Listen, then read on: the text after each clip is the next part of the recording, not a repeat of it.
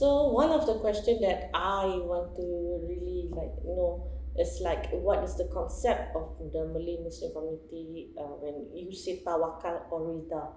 Because during our interviews, right, with the 12 people and all that, we realized that different people have different concept or understanding what is rida, what is tawakal, and all that.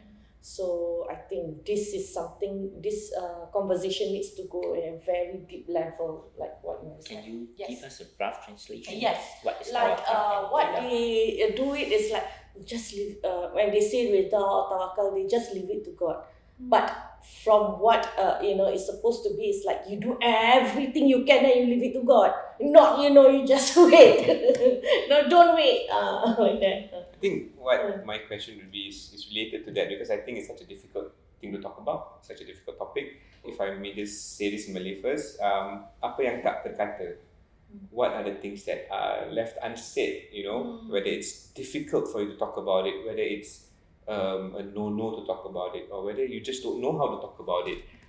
That's my question that I think frames a lot of how I'm experiencing both sides now for this edition.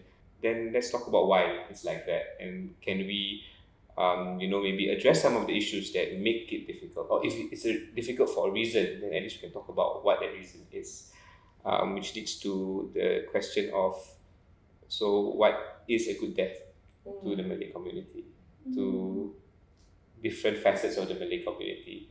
I think these are my two questions. I think for me it's how do we have end of life conversations with the Malay Muslim community, and just putting all assumptions aside and like really understanding like what kinds of questions, how to ask the questions, where to ask the questions, like who should be having the conversation and when and that kind of thing. So how? I've been thinking about how we always see death as a very solitary kind of journey. Yet, in truth, actually, our whole life has always been about codependencies and relations. So I'm really interested to hear how to maintain relations in this process of dying, rather than just always thinking about it is your own solitary journey.